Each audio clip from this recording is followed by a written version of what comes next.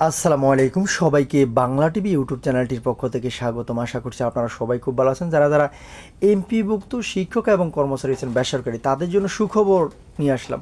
তাদের বেতনটা যে এতদিন যাবৎ আটকে ছিল, সেই বেতনটা কিন্তু অবশেষে প্রস্তাবটা অনুমোদন দিয়েছে, মানে বেতনটা ছাড় করা হয়ে গেছে। আপনারা দু একদিনের ভিতরে বেতনটা পেয়ে যাবেন, এমন একটি খবর কিন্তু দৈনিক শিক্ষা প্রকাশিত হয়েছে যে এমপিভুক্ত শিক্ষকদের জুলাইয়ের বেতনের প্রস্তাব অনুমোদন।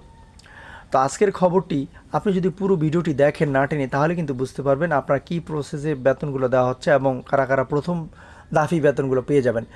তো ভিডিওর শুরুতে আপনাদেরকে বলতে চাই, আপনি যদি এই চ্যানেলে নতুন হন তাহলে চ্যানেলটি সাবস্ক্রাইব করে দিয়ে আমাদের সাথে যুক্ত থাকবেন সবসময়, কারণ আমরা এই সর্বপ্রথম আপনাদের জন্য আপডেট নিউজগুলো, বিশেষ করে এমপিভুক্ত শিক্ষকদের সর্বশেষ খবর, বেসরকারি শিক্ষকদের এবং সরকারি কর্মকর্তা, তারপর হচ্ছে এনটিআরসি রিলেটেড সকল খবর কিন্তু এই চ্যানেলে সবার আগে দিয়ে থাকি। তো এমপিভুক্ত শিক্ষকদের জুলাইয়ের বেতনের প্রস্তাব অনুমোদন, দৈনিক শিক্ষা প্রকাশিত হয় খবরটি। এখানে প্রথমেই দেখেন তারা লিখেছে সরকারি কর্মকর্তা কর্মচারী ইএফটির মাধ্যমে বেতন ভাতা পান। এটা সবাই কিন্তু এখন জানেন যে বেসরকারি শিক্ষকরাও কিন্তু এখন ইএফটির মাধ্যমে বেতন ভাতাগুলো পেয়ে থাকেন।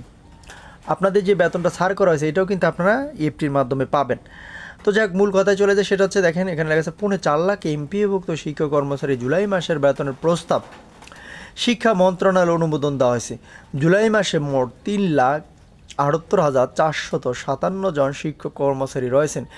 এর মধ্যে স্কুলের 2,91,262 জন ও কলেজের 87,195 জন শিক্ষক কর্মচারী। দেখেন এখানে কী লেখা আছে যে মোট হচ্ছে 4.5 লাখ, 4.5 লাখ বলতে 3,78,457 জন শিক্ষক কর্মচারী এই জুলাই মাসের বেতনের প্রস্তাব কিন্তু মন্ত্রণালয় থেকে অনুমোদন দিয়ে দিয়েছে।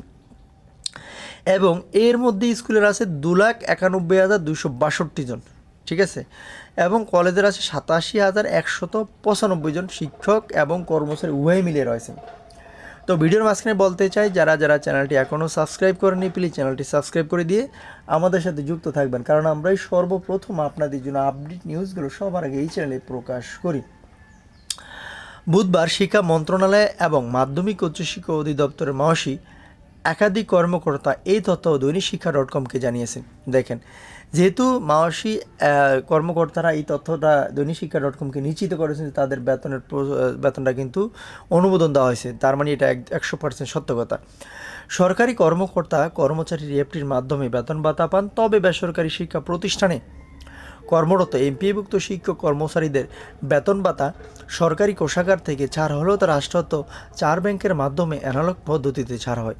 এই অর্থ তুলতে শিক্ষকদের নানান ভোগান্তিতে পড়তে হতো। বর্তমানে এমপিভুক্ত শিক্ষকরাও ইএফটিতে পাওয়া শুরু করেছেন, তবে অনেকেই ভোগান্তির মধ্যে পড়েছেন ইএমএসএল অস্থায়ী কর্মকর্তা ও কর্মচারীদের অবহেলা, উপজেলা ও জেলা শিক্ষা অফিসারদের গাফিলতিতে। তা আশা করি বুঝতে পেরেছেন। আপনাদের প্রতি শুভকামনা থাকবে। আসসালামু আলাইকুম।